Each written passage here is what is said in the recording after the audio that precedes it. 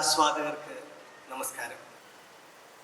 പെരിങ്ങോട്ടുകര ദേവസ്ഥാനത്ത് തുടർന്നുകൊണ്ടിരിക്കുന്ന ശതദിന ഭാരതീയ നൃത്തോത്സവത്തിൻ്റെ 50-ാം നാൾ ആഘോഷിക്കുന്ന ഈ അവസരത്തിൽ ഈ ചടങ്ങിൻ്റെ ഭാഗമാകാൻ സാധിച്ചതിൽ ഏറെ സന്തോഷം.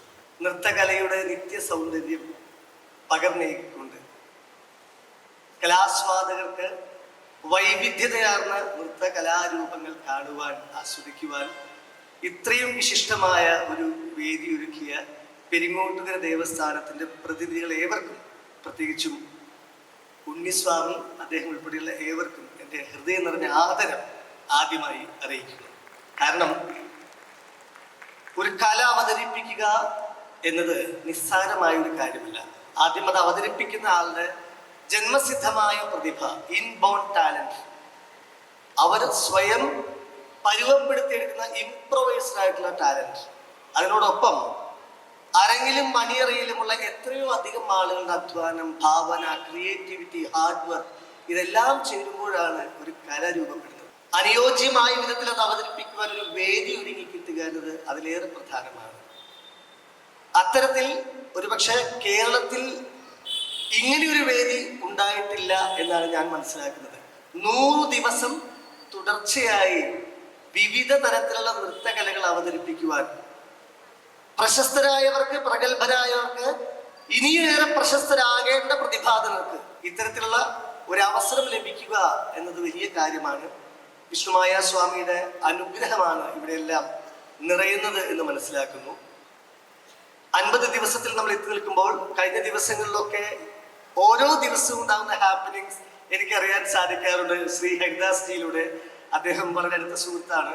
ഓരോ പ്രഭാതത്തിലും സൂര്യൻ ഉദിച്ചു വരുമ്പോൾ ഫോണിൽ വാട്സപ്പിൽ മെസ്സേജ് ആയിട്ട് പോസ്റ്റേഴ്സ് വന്നിട്ടുണ്ടാവും.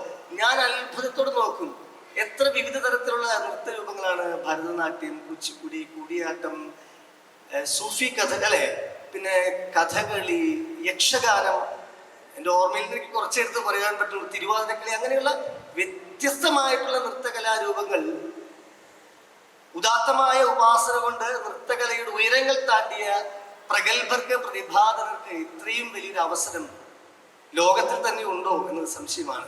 പ്രത്യേകിച്ച് ഒരു കമേഴ്സ്യൽ ആക്ടിവിറ്റി അല്ല. പലപ്പോഴും ഇവന്റ് മാനേജ്മെന്റിന്റെ ഭാഗമായിട്ട്, ടെലിവിഷൻ പ്രോഗ്രാമുകളുടെ ഭാഗമായിട്ട് ഒക്കെയും ഇത്തരത്തിലുള്ള വലിയ കലാരൂപങ്ങളുടെ പ്രകടനങ്ങൾ അരങ്ങേറും. ഇവിടെ മാനവികതയുടെ അത്യുദാത്തമായ അമൂല്യമായിട്ടുള്ള ഒരു ദർശനമാണ് നമുക്ക് കാണാൻ സാധിക്കുന്നത്. എനിക്ക് തോന്നുന്നു 45-ാം നാൾ ആഘോഷിച്ചപ്പോൾ ഒരു ബംഗാൾ, ആസാം അല്ലെ, ഒരു തനയ് റോയ്, അത് അദ്ദേഹത്തിന്റെ വിസ്മരണീയമായിട്ടുള്ള ഒരു പ്രകടനം, ഗൗഡ് കാമരൂപി, അങ്ങനെ എന്താണോ പേര്, ഓക്കെ, അത് പത്രത്തിൽ വായിച്ചറിയാനും സാധിച്ചു. അത്ഭുതമാണ്, അതിശയമാണ് ഇതൊക്കെ സംഭവിക്കുക എന്നുള്ളത്. ഇന്ന് നിങ്ങളേവരും കാണാൻ ആഗ്രഹിച്ച് കാത്തിരിക്കുന്നത് എനിക്കറിയാം, നവ്യ നായരുടെ ഭരതനാട്യം പെർഫോമൻസ് ആണ്. നവ്യ എൻ്റെ വളരെ അടുത്ത സുഹൃത്താണ്. എത്രയോ വർഷങ്ങളായിട്ട് ഞങ്ങൾ ടെലിവിഷൻ പരിപാടികളിലൊക്കെ ഭാഗമായിട്ട് പലപ്പോഴും കാണുകയും കമ്മ്യൂണിക്കേറ്റ് ചെയ്യുകയും ചെയ്യുന്നവരാണ്. നവ്യ അഭിനയിച്ച സിനിമകളിൽ ഒട്ടേറെ സിനിമകൾ, കഥാപാത്രങ്ങൾ നമുക്കേറെ പ്രിയപ്പെട്ടതാണ്. ആ കൂട്ടത്തിൽ ഏറ്റവും പ്രിയപ്പെട്ടത് എന്ന് ഒട്ടേറെ പേർ പറയാൻ സാധ്യതയുള്ളത് നന്ദനത്തിലെ ബാലാമണിയുടെ ക്യാരക്ടറാണ്, അല്ലെ? നന്ദനം സിനിമ പൂർത്തിയാകുന്ന ക്ലൈമാക്സ് ഉണ്ടല്ലോ, ഇപ്പോൾ ചിത്ര ചേച്ചി കാർമുകിൽ വർണ്ണന്റെ എന്ന പാട്ട് പാടിക്കൊണ്ട് നമ്മളെ മറ്റൊരു ലോകത്തേക്ക് ആനയിച്ചു.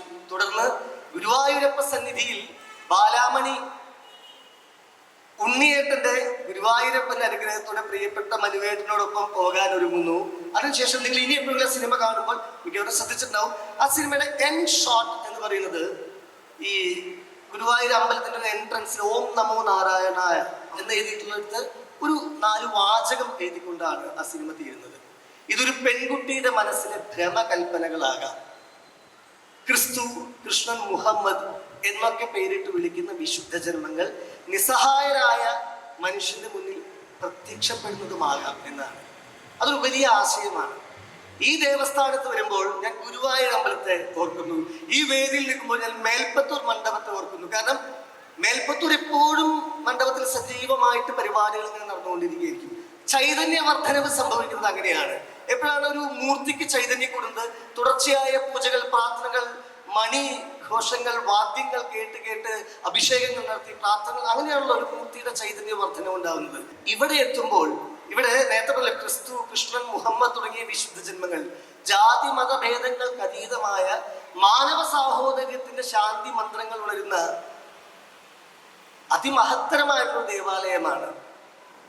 ജന്മദുരിതങ്ങൾ കൊണ്ട്, ജീവിത വ്യഥകൾ കൊണ്ട് ആശ്വാസം നേടി ആനന്ദം അനുഭവിക്കാൻ, സമാധാനം നേടാൻ, സ്വസ്ഥത നേടാൻ അനേകായിരങ്ങൾ ദേശവിദേശങ്ങളിൽ നിന്നും ഇവിടെ എത്തുകയും ഇവിടുത്തെ പൂജകളിൽ പങ്കെടുത്തുകൊണ്ട്, ഇവിടുത്തെ നൃത്തകൽപ്പനകൾ അവിടെ സ്വയം ലയിച്ചുകൊണ്ട് ആ അനുഗ്രഹത്തിലൂടെ ജീവിതത്തിൽ അതിധന്യമായിട്ടുള്ള ശ്രേയസ്സും പുരോഗതിയും അഭിവൃദ്ധിയും ഒക്കെ അനുഭവിക്കുന്നതിന് തുടർച്ചയാണ് ഈ ക്ഷേത്രത്തിൽ നമ്മൾ കാണുന്ന സ്വർണ്ണ തിളക്കമുള്ള ഈ വളർച്ച.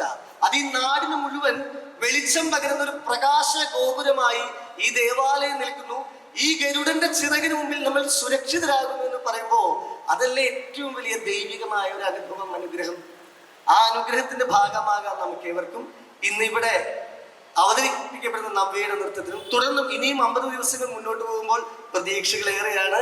100 ദിവസം പൂർത്തിയാക്കവേ നമുക്ക് ഇനിയും ഏറെ വലിയ മഹത്തരമായിട്ടുള്ള കലാനുഭവങ്ങൾ ഇവിടെ നിന്നുണ്ടാകും.